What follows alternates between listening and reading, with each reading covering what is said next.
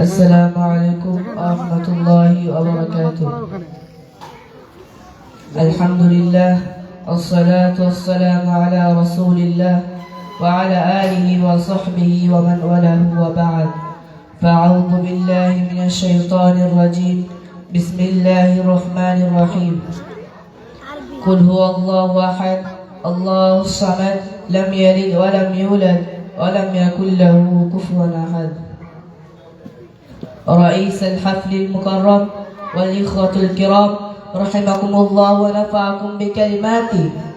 أريد أن أتكلم بين يديكم عن التوحيد أساس الدين باختصار، فأقول مستعينا بالله وحده: يا معشر المسلمين، إني أحب أن أذكر أمامكم معنى التوحيد لغة وشرعا، ثم أذكر أنواع التوحيد أيضا.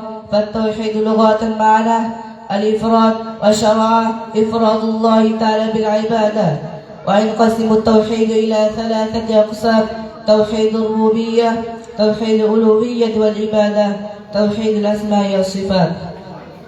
أما توحيد الربوبية فهو توحيد الله في أفعاله كالخلق والرزق والإحياء والإمامة والملك والتدبير، بمعنى الإيمان بأن الله سبحانه وتعالى هو الخالق الرازق المالك المتصرف والمدبر لكل شيء، لا رد لقضائه ولا معقب لحكمه.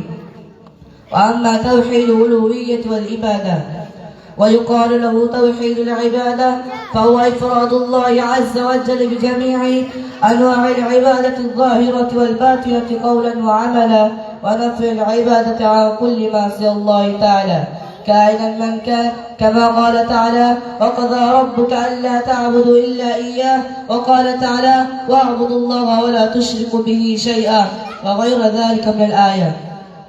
وأما توحيد الأسماء والصفات فهو الإيمان بما ورد في الكتاب والسنة من أسماء الله الحسنى وصفاته العلى، بإيمان بلا تحريف ولا تعطيل ولا تكييف ولا تشبيه ولا تمثيل، على حد لقوله تعالى: ليس كمثله شيء وهو السميع البصير.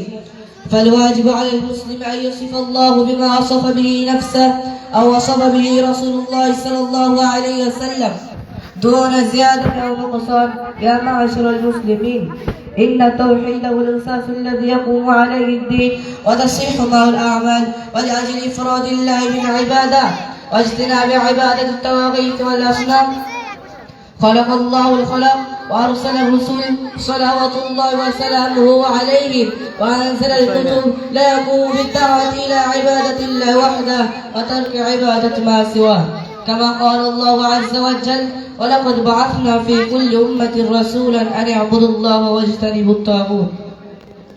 ولذا نرى أن الرسول صلى الله عليه وسلم قاموا بدعوة قوم إلى إفراد الله بالعبادة، كما أخبر الله تعالى عنهم في كتابه المجيد. وقال الله تعالى مخبرا عن نوح عليه السلام: ولقد أرسلنا نوحا إلى قومه إني لكم منه نذير مبين ألا تعبدوا إلا الله وإني أخاف عليكم عذاب يوم عظيم.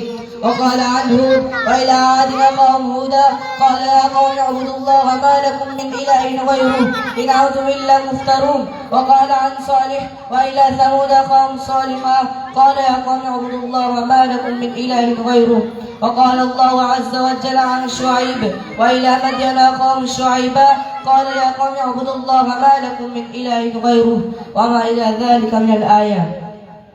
أيها الإخوة، إن الذين يدرسون السيرة النبوية الشريفة بإيمان يعرفون أن الرسول صلى الله عليه وسلم لبث في مكة 13 عاما بعدما بعث، يدعو أهلها إلى التوحيد، وحذر من عبادة الحجارة الأوثان، وذم الشرك بالله كثيرا. ولذلك نجد أن الرسول صلى الله عليه وسلم قال لقومه: يا أيها الناس قولوا لا إله إلا الله تفلحوا.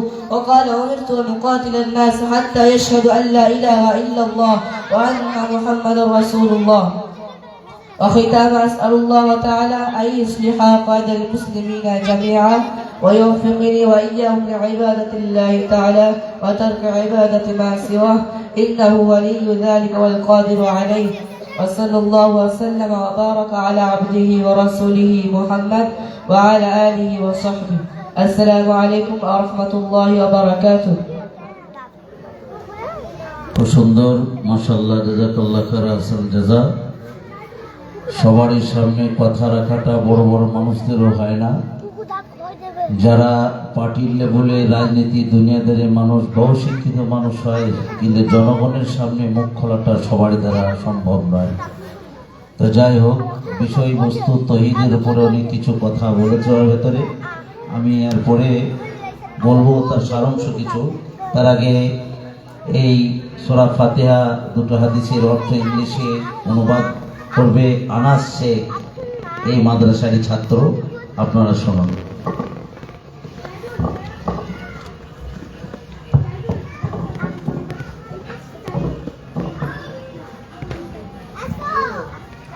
Assalamu alaikum wa rahmatullahi wa barakatuh. My name is Anas Sheikh from class Nurani Qaida. Today I would like to recite Surah Al-Fatiha. Alhamdulillahi Rabbil Alameen, Ar-Rahmanir Rahim, Maliki Yawmiddin, Iyyaka na'budu wa iyyaka nasta'in, Ihdinas siratal mustaqim, siratal ladzina an'amta 'alaihim, ghairil maghdubi 'alaihim waladdallin. Amin. I seek refuge in Allah from the outer shaitan. In the name of Allah, the most beneficent, the most merciful, the only honor of the day of resurrection. You alone we are seek, and you alone we ask for help.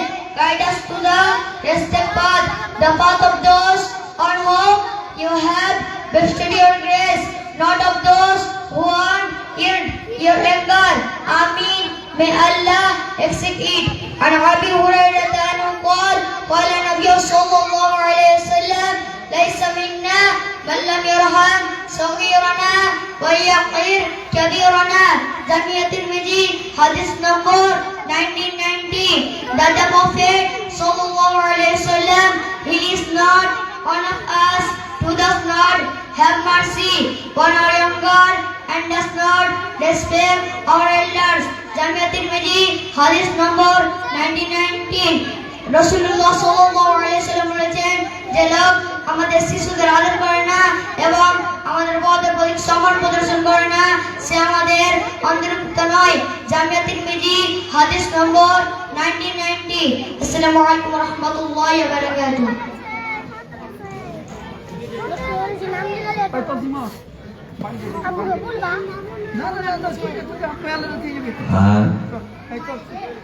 এই ছেলেটাও ইংরেজিতে যেভাবে অনুবাদ করলো, মাশাআল্লাহ, জাযাকাল্লাহ খায়র, আহসান জাযা। আল্লাহ বরকত দান করুক এবং ভবিষ্যতে সফলতা, বড় একটা কাণ্ডারি হোক, সমাজের সেবক হোক, এটা চাই।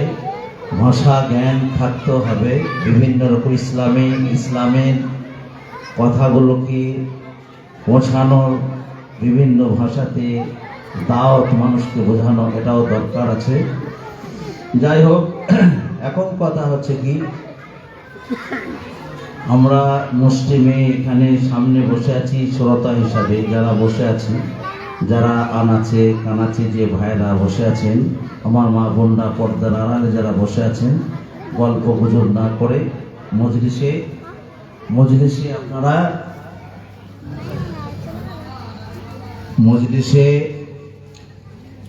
আপনারা আসুন। আর গ্রামবাসীগণ যেখানে আছেন, জানি একটা